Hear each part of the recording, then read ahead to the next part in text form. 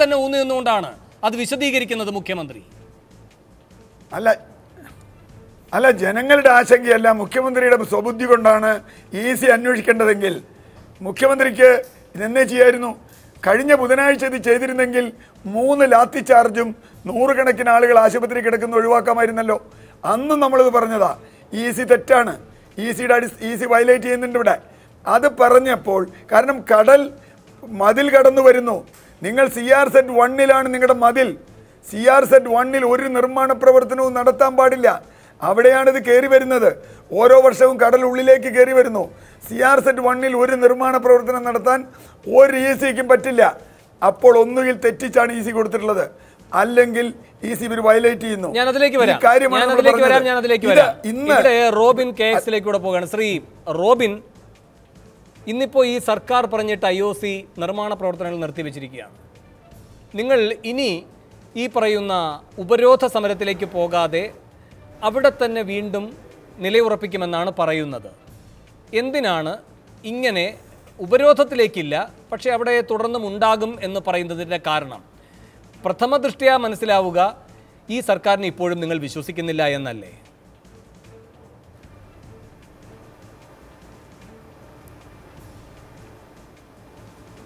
അത്തരത്തിലുള്ളൊരു സംശയം വാസ്തവത്തിൽ അവിടുത്തെ ജനങ്ങൾക്കുണ്ട്.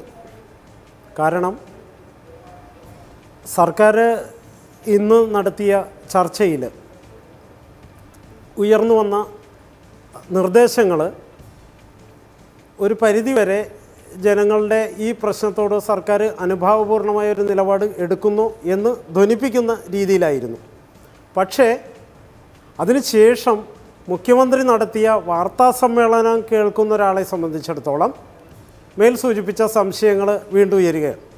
കാരണം യാതൊരു കാരണവശാലും ആ പദ്ധതിയിൽ നിന്ന് പിന്മാറാൻ സർക്കാർ തയ്യാറല്ല എന്ന ഒരു വാചകം ആ കാര്യത്തിൽ അവിടുത്തെ ജനങ്ങളെ വീണ്ടും ആ പഴയൊരു അവസ്ഥയിലേക്ക് കൊണ്ടുവന്ന് എത്തിച്ചിരിക്കുന്നു എന്ന് തന്നെയാണ് ഞങ്ങളുടെ വിശ്വാസം. ശരി, ശ്രീ KVS ഹരിദാസ്, പദ്ധതി വേണ്ട എന്ന് വെച്ചാൽ അത് നൽകുന്ന സന്ദേശം അങ്ങേയറ്റം നെഗറ്റീവായിരിക്കും. നമ്മുടെ സംസ്ഥാനത്തിൻ്റെ വികസന പദ്ധതികൾക്ക് തുരങ്കം വയ്ക്കാൻ പ്രവർത്തിക്കുന്ന ശക്തികൾക്ക് ഉത്തേജകമായിട്ടാണ് അത് മാറുക. വികസന പദ്ധതികളുടെ കാര്യത്തിൽ സർക്കാരിന് വ്യക്തമായ നിലപാടുണ്ട് എന്നൊക്കെയാണ് പിന്നീട് പിണറായി വിജയൻ വിശദീകരിക്കുന്നത്. ഇതിലെന്താണ് ഈ അവ്യക്തത വരുന്നത് ചില കാര്യങ്ങളിൽ? ഇവിടെ അദ്ദേഹം പറയുകയാണ്, നമ്മുടെ സംസ്ഥാനത്തിൻ്റെ വികസന പദ്ധതികൾക്ക് തുരങ്കം വയ്ക്കാൻ പ്രവർത്തിക്കുന്ന ശക്തികൾക്ക് ഉത്തേജകമായിട്ടാണ് അത് മാറുക എന്ന്. ഏതാണ് ഈ ശക്തി? ഇവിടെ ഇന്നലെ സെൻകുമാർ പറയുകയാണ് ഒരു ടെറർ മൊഡ്യൂൾ ഉണ്ടായിരുന്നു. ഇന്ന് CM അത് പറയുകയാണ് അങ്ങനെ ഉണ്ടായിരുന്നു, അത് പുറത്തു പറയാതെ വെച്ചിരിക്കുകയായിരുന്നു. അങ്ങനെയാണോ ഒരു ടെറർ മൊഡ്യൂളിനെ പറ്റിയുള്ള കാര്യങ്ങൾ വിശദീകരിക്കേണ്ടത്? ഇവിടെ ഇപ്പോൾ മാധ്യമങ്ങൾ എഴുതുകയാണ് ആ ലിസ്റ്റിൽ ഇല്ലാത്ത ഒന്നുമില്ല, ആർക്കും ആരെയും ആക്ഷേപിക്കാവുന്നൊരു നിലയിലാണ് കാര്യങ്ങൾ നിൽക്കുന്നത്. മാവോയിസ്റ്റുകൾ, അല്ലെങ്കിൽ ഇതര ഇടത് തീവ്രവാദ സംഘടനകൾ, പിന്നെ ഈ പറയുന്ന പോപ്പുലർ ഫ്രണ്ട് പോലെയുള്ള സംഘടനകൾ, സിമി, കൈവെട്ട് കേസിലെ പ്രതികൾ, അല്ലെങ്കിൽ കൈവെട്ട് കേസിലെ പ്രതികളുമായി ബന്ധമുള്ള സംഘടന, ഇങ്ങനെയൊക്കെ ഓരോ തരത്തിലുള്ള മനോരാജ്യം കണ്ട് ആർക്കും എന്തും പറയാവുന്ന രൂപത്തിലേക്കായിരിക്കുകയാണ് ഈ ടെറർ മൊഡ്യൂൾ. ഒന്നുകിൽ അത് നിഷേധിക്കേണ്ടേ, അല്ലെങ്കിൽ ഔദ്യോഗികമായൊരു വിശദീകരണം നൽകേണ്ടതല്ലേ? അത് ചെയ്യുന്നില്ല. ഇനി വികസനവുമായി ബന്ധപ്പെട്ട് പറയുമ്പോൾ നുഴഞ്ഞു കയറുന്നു ചിലർ. ആരാണ്? ഇന്നലെ ഇവിടെ ഈ സമരസമിതിയുടെ ചെയർമാൻ തന്നെ പങ്കെടുത്തിരുന്നു. അദ്ദേഹം പറയുകയാണ് ഞങ്ങളെ ഉൾപ്പെടെയാണ് പോലീസ് കസ്റ്റഡിയിൽ വെച്ചിരുന്നത്. എങ്കിൽ പിന്നെ അതാരാണ് എന്ന് പറഞ്ഞുകൂടെ? ഞങ്ങളെ എന്തിനാണ് പിന്നെയും വിട്ടത്? ഞങ്ങൾ പറഞ്ഞു ഞങ്ങൾ ജയിലിലേക്ക് പോയിക്കൊള്ളാം, പക്ഷേ എന്നാലും നിർബന്ധപൂർവ്വം പറഞ്ഞു വിടുകയാണ് ചെയ്യുന്നത്. അപ്പോൾ എവിടെ നിന്ന് ആര് നുഴഞ്ഞു കയറി? ഇനി ഇത് സെൻകുമാറിനെ പോലൊരു DGP പറയുകയാണ്, ഇന്ന് മുഖ്യമന്ത്രിയും പറയുകയാണ് ഈ ശക്തികളെന്ന്. ശക്തി എന്ന് വെച്ചാൽ ശക്തി ഉള്ളവരെന്നാണല്ലോ. അങ്ങനെയെങ്കിൽ അത് അറിയേണ്ടതുണ്ട്. ആ ഉത്തരവാദിത്തം എന്തുകൊണ്ട് നിർവഹിക്കപ്പെടുന്നില്ല? പിന്നെ ഇങ്ങനെ ശക്തികൾ ഉണ്ട് എന്ന് പറയുന്ന സെൻകുമാർ അത് ആരാണെന്ന് കണ്ടെത്താൻ ഈ ജോർജിനെയും അതുപോലെ തന്നെ അവിടെയുള്ള ഈ യതീഷ് ചന്ദ്രയെ പോലെയുള്ള ആളുകളെയും ചുമതലപ്പെടുത്തിയിരിക്കുകയാണ്. P. വിജയനെ ചുമതലപ്പെടുത്തിയിരിക്കുകയാണ്. അപ്പോൾ അന്വേഷിച്ച് കിട്ടേണ്ടതാണ് ഈ വിവരങ്ങളൊക്കെ. അതിനു മുമ്പ് അങ്ങ് തീർപ്പ് കൽപ്പിക്കുകയും പ്രഖ്യാപിക്കുകയും ചെയ്യുകയാണ്. ഇതിലൊരു നീതികേടില്ലേ?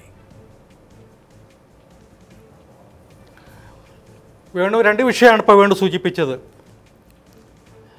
ഒന്ന് ഈ ടെറർ മൊഡ്യൂളിനെ കുറിച്ച്.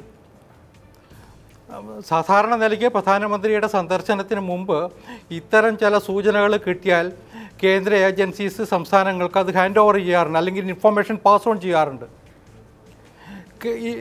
കേരളത്തിലുള്ള സെൻട്രൽ ഇൻ്റലിജൻസ് ഏജൻസീസിൻ്റെ ബന്ധപ്പെട്ട ഉദ്യോഗസ്ഥർ അത് പോലീസുമായിട്ടും മറ്റും ചർച്ച ചെയ്യാറുണ്ട്. ഇതാണ് ഞാൻ മനസ്സിലാക്കിയിട്ടുള്ളത്.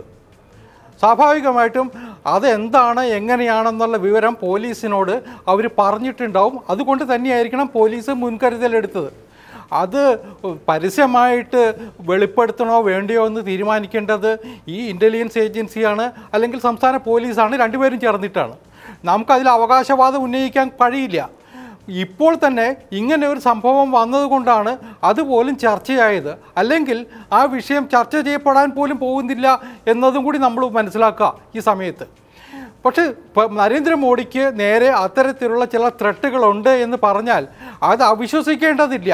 കാരണം സാഹചര്യങ്ങൾ അങ്ങനെയാണ് നമ്മുടെ നാട്ടിലേതെന്നുള്ളത് നമുക്കൊക്കെ അറിയാം. ഈ പ്രധാനമന്ത്രി വരുന്നതിന്റെ തലേ ദിവസം ഒരു പ്രകടനം ഈ ഹൈക്കോടതി ഭാഗത്തുണ്ടായാൽ അത് എങ്ങനെയാണ് സർ പ്രധാനമന്ത്രിക്കുള്ള സുരക്ഷാ ഭീഷണിയായി മാറുന്നത്? ഇനി അങ്ങനെയാണെങ്കിൽ തന്നെ അവരെയൊക്കെ ഒരുത്തനിറങ്ങി തല്ലി ഓടിച്ചാൽ തീരുന്നതാണോ അതിന്റെ പ്രതിവിധി? അല്ല വേണു, ഞാൻ അതിലേക്ക് വരാം. ഞാൻ പറഞ്ഞത് ഇപ്പോൾ പൊതുവൈപ്പിലെ കുറേ പ്രവർത്തകർ, അത് ഏത് സംഘടനയുമായിട്ട് ബന്ധപ്പെട്ടവരാണോ, അതിൻ്റെ പിന്നിൽ ആരെങ്കിലും ഉണ്ടോ, എറണാകുളത്ത് നടത്തിയ പ്രകടനത്തിന് അതുമായിട്ട് ബന്ധമുണ്ടെന്ന് പറയാൻ എന്നെക്കൊണ്ടാവില്ല.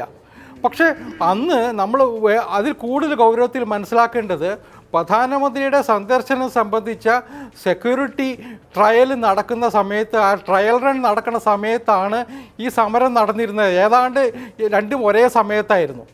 അതുകൊണ്ട് അവർ പോലീസ് മുൻകരുതലുകൾ എടുത്തിട്ടുണ്ടാവും. കാരണം 3-4 ദിവസമായിട്ട് SPGയുടെ സ്പെഷ്യൽ ടീം എറണാകുളത്തുണ്ടായിരുന്നു. വേണുവിനും അറിയാം. കാരണം പ്രധാനമന്ത്രിയുടെ സന്ദർശനത്തിന് വളരെ മുമ്പേ തന്നെ ഈ SPG സ്പെഷ്യൽ ടീം സ്ഥലത്തെത്തും. അവരാണ് പിന്നെ സുരക്ഷാ കാര്യങ്ങൾ നോക്കുന്നത്. ബ്ലൂ ബുക്കിനെ കുറിച്ചൊക്കെ നമ്മൾ വിശദമായിട്ട് സംസാരിക്കേണ്ട കാര്യമില്ല, എല്ലാവർക്കും അറിയാവുന്ന കാര്യമാണ്. അപ്പോൾ സ്വാഭാവികമായിട്ടും അവരെന്തെങ്കിലും നിർദ്ദേശം കൊടുത്തിട്ടാണോ അല്ലെങ്കിൽ കേരളത്തിലെ പോലീസ് തന്നെ സ്വയം ചെയ്തതാണോ എന്നറിയില്ല. പക്ഷെ അത് അന്വേഷിക്കേണ്ടതാണ്, അത് വെളിപ്പെടുത്തേണ്ടത് സംസ്ഥാന പോലീസ് തന്നെയാണ്. കാരണം കേന്ദ്ര ഏജൻസിനേക്കാൾ നല്ലത് അത് വെളിപ്പെടുത്താനുള്ള സാവകാശമുള്ളതും അല്ലെങ്കിൽ സൗകര്യമുള്ളതും കേരള പോലീസിന് തന്നെയാണ്. അവർ വെളിപ്പെടുത്തുമെന്ന് കരുതാം. പക്ഷേ എനിക്ക് വേറൊന്നും അതിൽ ചൂണ്ടിക്കാണിക്കാനുള്ള വേണു. ഇപ്പോൾ വേണു എൻ്റെ അടുത്ത് ചോദിച്ചില്ലേ എന്തുകൊണ്ടാണ് ഈ ചില ഫോഴ്സസ് ഇത്തരം വികസന പദ്ധതികൾക്കെതിരായിട്ട് വരുന്നതെന്ന്. കേരളത്തിൽ എത്ര ഉദാഹരണങ്ങളുണ്ട് വേണു. നമ്മൾ തന്നെ ആലോചിച്ച് നോക്കുക. ഈ കൊച്ചിയിൽ തന്നെ നമ്മുടെ വല്ലാർപാടം കണ്ടെയ്നർ ടെർമിനൽ വന്നു. ആ സമയത്ത് ഡ്രഡ്ജിങ് നടത്തിയാൽ മത്സ്യബന്ധനത്തിന് തടസ്സം വരും, മത്സ്യത്തിൻ്റെ ശേഖരം കുറയും എന്ന് പറഞ്ഞിട്ട് സമരം നടത്തിയവർ എറണാകുളത്തുണ്ടായിരുന്നു. LNG ടെർമിനൽ പുതുവൈപ്പിനിൽ തന്നെയാണ്. ഏതാണ്ട് 4,200-5,000 കോടിയായിരുന്നു അതിൻ്റെ എസ്റ്റിമേറ്റ്. ഏതാണ്ട് 4,500 മറ്റും മുടക്കിയിട്ടുണ്ട്. ആ LNG ടെർമിനൽ സ്ഥാപിച്ച സമയത്തും സമാനമായിട്ടുള്ള സമരം ഇതേ സ്ഥലത്ത് നമ്മൾ കണ്ടിട്ടുണ്ട്. പക്ഷേ LNG ടെർമിനൽ അവിടെ വന്നു. അത് മൻമോഹൻ സിംഗിൻ്റെ ഗവൺമെൻറ്റിൻ്റെ കാലത്ത് 2013-14 ഉദ്ഘാടനം നടന്നതെന്ന് എൻ്റെ ഓർമ്മ. അത് വന്നു. അതുപോലെ തന്നെ നമ്മൾ വേറൊരു കാര്യം കൂടി വേണം ഓർക്കുക. സ്കൈ പ്ലെയിൻ എന്ന് പറഞ്ഞൊരു സാധനം കേരളത്തിൽ ഇൻട്രൊഡ്യൂസ് ചെയ്യാൻ ഉമ്മൻചാണ്ടി ഗവൺമെൻറ്റിൻ്റെ കാലത്താണ്. ടൂറിസത്തിന് ഗുണകരമായിരിക്കും എന്നതായിരുന്നു അന്ന് പറഞ്ഞിരുന്ന കാര്യം. അത് വന്നാൽ അത് മത്സ്യബന്ധനത്തിനെതിരാണ് എന്ന് പറഞ്ഞിട്ടൊരു സമരം നടന്നു. അവസാനം ആ പദ്ധതിയുമായിട്ട് വന്നവർ തിരിച്ചുപോയി. വിഴിഞ്ഞം പദ്ധതി, ആ വിഴിഞ്ഞം പദ്ധതിക്ക് എത്ര കാലതാമസം വന്നു വേണു? നമ്മൾ എത്ര തവണ ചർച്ച ചെയ്തത്? അതിന്റെ പിന്നിൽ ഏതെല്ലാം ശക്തികളുണ്ടായിരുന്നു? സുപ്രീം കോടതിയിൽ ഹർജി കൊടുത്തവരെ ഒരാശങ്ക വന്നാൽ അതുമായി ബന്ധപ്പെട്ട് ജനങ്ങളുടെ സ്വാഭാവികമായ പ്രതികരണമാണ് അതൊരു കൂട്ടായ്മയിലേക്ക് പോവുക എന്നത്, അത് പ്രതിഷേധത്തിലേക്ക് പോവുക എന്നത്. ചിലപ്പോൾ പരിസ്ഥിതി ഉൾപ്പെടെയുള്ള കാര്യങ്ങൾ മുൻനിർത്തിക്കൊണ്ടായിരിക്കാം അത്. ചിലപ്പോൾ സുരക്ഷയെ മുൻനിർത്തിയാവാം, ചിലപ്പോൾ ജീവസന്ധാരണവുമായി ബന്ധപ്പെട്ടാകാം. ഇങ്ങനെയൊക്കെയാണ് ഇത്തരം കൂട്ടായ്മകൾ രൂപപ്പെടുന്നത്. ഞാൻ ചോദിക്കുന്നത്, നമുക്ക് 2 സമീപനങ്ങളാണ് കേരളത്തിന് പരിചിതമായിട്ടുള്ളത്. ഒന്ന് ഈ തീവ്രമായ ഈ പറയുന്ന പരിസ്ഥിതി നിലപാട്. പക്ഷെ മറുവശത്ത് സർക്കാർ തീവ്രമായ വികസന നിലപാടെടുത്താൽ അത് അതുപോലെ തന്നെ ജനാധിപത്യ വിരുദ്ധമാണ്, അത് അതുപോലെ തന്നെ നിക്ഷിപ്ത താല്പര്യങ്ങളെ സംരക്ഷിക്കുന്നതാണ്. അവിടെയാണ് ഇതിനെ രണ്ടിനെയും ഉൾക്കൊള്ളുന്ന ഒരു സാധ്യതയിലേക്ക് പോകേണ്ടത്. അത്തരം സാധ്യതകൾ മാതൃകാപരമായി വരേണ്ടതുണ്ട്. അങ്ങനെ വരുമ്പോഴാണ് വികസനം ജനാഭിമുഖ്യമുള്ളതാകുന്നത്. ജനം തിരുത്തും, ചില സ്ഥലങ്ങളിൽ ജനം സർക്കാരിനെയും തിരുത്തും. അങ്ങ് പറയുമല്ലോ, നാം ഒരുപാട് ചർച്ച ചെയ്തുകൊണ്ടിരിക്കുന്ന ഒന്നാണല്ലോ ഈ ഫ്രാൻസിലെ വലിയ മാറ്റങ്ങൾ. ഫ്രഞ്ച് പാർലമെന്റിനെ പറ്റി ഏറ്റവും വലിയ വിശേഷണമായി പറയുന്നത് എന്താണ്? ഫ്രാൻസിലെ സർക്കാരുകൾ എടുക്കുന്ന തീരുമാനങ്ങളെ നിർണ്ണയിക്കുന്നത് പാർലമെന്റ് അല്ല, അതിനേക്കാൾ അവിടുത്തെ ഫ്രഞ്ച് ജനതയുടെ പ്രതിഷേധങ്ങളാണ് എന്നാണ്.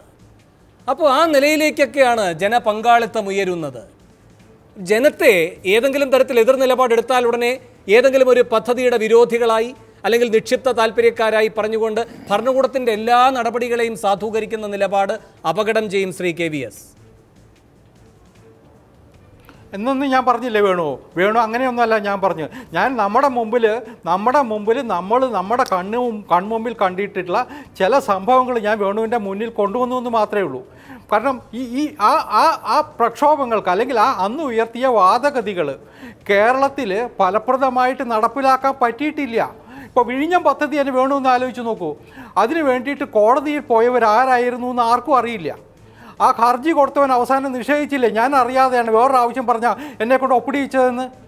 ഉമ്മൻചാണ്ടി ഗവൺമെൻറ് കാലത്തല്ലേ അത്? അന്ന് കോൺഗ്രസ്സുകാർ എത്രത്തോളം ബന്ധപ്പെട്ടു ആ പദ്ധതിക്ക് വ്യക്തമായി ചൂണ്ടിക്കാട്ടാൻ കഴിയുന്ന ആദരണീയമായ വ്യക്തിത്വങ്ങളുണ്ട്. ഇപ്പോ അല്ലല്ല, ഒരു നിമിഷം. ബിഷപ്പ് സൂസേപ്പാക്യം ഞാൻ ഇത്തരം കാര്യങ്ങൾ ബിഷപ്പ് സൂസേപ്പാക്യം എന്ന് പറയുകയാണ്, തല്ലി ഒതുക്കാൻ നോക്കണ്ട. ഈ സമരം എന്ന് പറയുന്നത് ഒരു ജീവൽ പ്രശ്നമാണ്. അതിന്റെ ഏതറ്റം വരെയും പോകും ഞങ്ങൾ. ഏതെങ്കിലും തരത്തിലുള്ള ബിനാമിയാണോ ബിഷപ്പ് സൂസേപ്പാക്യം? അല്ലല്ലോ. ഏതെങ്കിലും തരത്തിൽ ഈ പറയുന്ന വികസനത്തിനെതിരെ നിൽക്കുന്ന ശക്തിയാണോ ബിഷപ്പ് സൂസേപ്പാക്യം? അല്ലെങ്കിൽ നുഴഞ്ഞു കയറിയ ആളാണോ ബിഷപ്പ് സൂസേപ്പാക്യം? ഞാൻ താങ്കളിലേക്ക് തിരികെ എത്താം. ശ്രീ ജോസഫ് വാഴക്കൻ, നിർവചിക്കേണ്ട കാര്യങ്ങൾ നിർവചിച്ചു പോകണം. ഇവിടെ ആരാണ് ഈ ശക്തികൾ വികസന വിരോധികളായി എന്ന് പിണറായി വിജയൻ ഈ അധികാരത്തിലേറ്റ അന്നു മുതൽ പറഞ്ഞുകൊണ്ടിരിക്കുന്ന ഈ ശക്തികൾ ആരാണ്? അദ്ദേഹം പറയുകയാണ് 4 വരിപ്പാതയുടെ വികസനം തടഞ്ഞിരിക്കുന്നത് ചിദ്രശക്തികൾ. അദ്ദേഹം മുഖ്യമന്ത്രിയായതിനു ശേഷം ആദ്യം ചെയ്തത് മാധ്യമങ്ങളുടെ എഡിറ്റർമാരെ വിളിച്ചിട്ട് പറഞ്ഞത്, നിയമസഭയിൽ പ്രാതിനിധ്യമില്ലാത്ത സംഘടനകൾ ഉണ്ടാകും കേരളത്തിൽ, അവരെ ഒന്നും പറ്റി ഒരു വാർത്തയും നിങ്ങൾ കൊടുക്കരുത്. അവരൊക്കെ പല ആവശ്യങ്ങളുമായി വരുന്ന കുഴപ്പക്കാരാണ്, പ്രാതിനിധ്യമില്ലാത്തവരാണ്, അവരെപ്പറ്റി ശ്രദ്ധിക്കരുത്, അവർ വികസനത്തിന് തടസ്സം സൃഷ്ടിക്കുന്നവരാണ്. ഇങ്ങനെയാണ് ഒരു ഭരണ സംവിധാനത്തിൻ്റെ തലവൻ്റെ ചിന്ത പോകുന്നത്, വികസന സ്വപ്നങ്ങൾ പോകുന്നത് എങ്കിൽ അത് അപകടകരമാണ്. ഞാൻ ഭയപ്പെടുന്നുണ്ട് ശ്രീ പിണറായി വിജയൻ ബുദ്ധദേവ് ഭട്ടാചാര്യയുടെ വഴിയാണോ സഞ്ചരിക്കുന്നതെന്ന്. വികസനത്തിൻ്റെ പേര് പറഞ്ഞുകൊണ്ട് അവിടെ നന്ദിഗ്രാം ഉൾപ്പെടെയുള്ള പ്രദേശങ്ങളിൽ അദ്ദേഹത്തിൻ്റെ പോലീസും പാർട്ടിക്കാരും അഴിഞ്ഞാടിയതിൻ്റെ ഫലമായിട്ടാണ് ഇന്ന് CPM അവിടെ അനുഭവിക്കുന്ന ഈ വലിയ പ്രശ്നങ്ങളിലേക്ക് കാര്യങ്ങൾ പോയത് എന്ന് പറഞ്ഞ പോലെ നേരത്തെ ശ്രീ ഇളയത് ഇവിടെ സൂചിപ്പിച്ചതുപോലെ എത്രയോ വികസനങ്ങളുടെ കാര്യം അദ്ദേഹം ഇവിടെ സൂചിപ്പിച്ചു. അവിടെയൊക്കെ ഉണ്ടായ പ്രശ്നങ്ങളെക്കുറിച്ച് സൂചിപ്പിച്ചു. ആ പ്രശ്നങ്ങൾ അന്നത്തെ ഗവൺമെൻറ്റുകൾ എങ്ങനെ കൈകാര്യം ചെയ്തു, ജനങ്ങളെ എങ്ങനെ ബോധ്യപ്പെടുത്തി ആ പദ്ധതികളുമായി മുന്നോട്ട് പോയി എന്നുള്ളതാണ് ഇവിടുത്തെ പ്രധാനപ്പെട്ട പ്രശ്നം. അതിൽ നിന്നും വ്യത്യസ്തമായി ഈ ഗവൺമെൻറ് ധാർഷ്ട്യത്തിൻ്റെയും അഹങ്കാരത്തിൻ്റെയും ഒരു രീതിയിലേക്ക് കാര്യങ്ങൾ ആളുകളെ ബോധ്യപ്പെടുത്തുന്നതിന് പകരം തല്ലി ഒതുക്കുക എന്നുള്ളൊരു സമീപനത്തിലേക്ക് പോയതാണ് ഇവിടെ ഉണ്ടായിരിക്കുന്ന പ്രശ്നങ്ങൾ. സ്വാഭാവികമായിട്ടും എല്ലാ സ്ഥലങ്ങളിലും ഇത്തരം കാര്യങ്ങളൊക്കെ തെറ്റിദ്ധരിപ്പിക്കാൻ ശ്രമിക്കുന്നവരുണ്ടാകാം, ശരിയായ ധാരണ ജനങ്ങൾക്ക് കൊടുക്കുന്നവരുണ്ടാകാം, ജനങ്ങളെ ബോധവൽക്കരിക്കുന്നവരുണ്ടാകാം. ഗവൺമെൻറ്റിന് അവിടെ എന്തെങ്കിലും അതല്ല ഇതാണ് ശരിയെന്ന് ഒരു കാര്യം ഗവൺമെന്റ് ഗൗരവത്തോടെ എടുക്കണം. ഗവൺമെന്റിനെ വിശ്വസിക്കുന്നില്ല. നുഴഞ്ഞു കയറുന്ന ആളുകളെ ഇപ്പൊ സെൻകുമാറൊക്കെ പറയുന്ന പോലെ ഒരാൾ പോലും പിന്തുണയ്ക്കാനില്ല നാട്ടിൽ. അങ്ങനെയുള്ളവരെ പോലും ഒരു ജനക്കൂട്ടം വിശ്വാസത്തിലെടുക്കുന്നുവെങ്കിൽ ഈ സർക്കാർ ഗൗരവത്തോടുകൂടി സ്വയം പരിശോധന നടത്തണം. എന്തുകൊണ്ട് ഞങ്ങളെ വിശ്വസിക്കുന്നില്ല എന്നല്ലേ? അല്ല, ഇതിനകത്തൊരു പ്രധാനപ്പെട്ട കാര്യം, പോലീസും മുഖ്യമന്ത്രി ഉൾപ്പെടെ തീവ്രവാദികളുടെ സാന്നിധ്യം പറയുമ്പോൾ ഈ പോലീസിനും മുഖ്യമന്ത്രിക്കും ഉത്തരവാദിത്വമുണ്ട്. ഇന്ന ആളുകൾ ആ ജനങ്ങളോട് പറയണം, നിങ്ങളോടൊപ്പം കൂടിയിരിക്കുന്ന ഇന്ന ആളുകൾ ഇന്ന രീതിയിൽ പ്രവർത്തിക്കുന്നവരാണ്, ഇന്ന തീവ്രവാദികളാണ്, അവരുടെ ലക്ഷ്യം രാജ്യത്തിൻ്റെ വികസനത്തെ തുരങ്കം വെക്കാൻ വേണ്ടിയിട്ടാണ്, നിങ്ങളെ വഴിതെറ്റിക്കുകയാണ്. അവരുടെ ഐഡന്റിഫൈ ചെയ്ത ഒരാളുടെ പേര് ഒന്നും ചെയ്യുന്നില്ല. ഒരാളുടെ പേര് പറയുന്നില്ല. പടന്നയിൽ നിന്ന് ധാരാളം ആളുകൾ IS റിക്രൂട്ട്മെന്റിന്റെ ഭാഗമായി പോയി എന്ന് പറയുന്നു. ഇവിടെ ആരും അറിഞ്ഞില്ല. കനകമലയിൽ നിന്ന് IS-ന്റെ ആളുകളെ പിടിച്ചു എന്ന് പറയുന്നു. അത് NIA ആണ് വന്ന് പിടിച്ചത്. എന്തിനേറെ, പനങ്ങാട് ഒരു റിസോർട്ടിൽ 3 ദിവസം കർണൻ സുഖമായി ഉണ്ടുറങ്ങി താമസിച്ചതുപോലും അവിടെയുള്ള ഈ യതീഷ് ചന്ദ്ര അടക്കമുള്ള വീരകേസരികൾ അറിഞ്ഞിട്ടില്ല. അവിടെ നിൽക്കട്ടെ.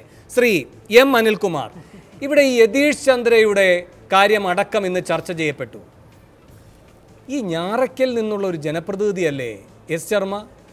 അദ്ദേഹം ഒരു ഫേസ്ബുക്കിൽ ഈ യതീഷ് ചന്ദ്രയുടെ പേരടക്കം പറഞ്ഞ് ശക്തമായി രംഗത്ത് വന്നതല്ലേ? ഇന്ന് മാധ്യമപ്രവർത്തകർ ശർമ്മയോട് ചോദിച്ചു, ഈ യോഗം കഴിഞ്ഞിറങ്ങിയപ്പോൾ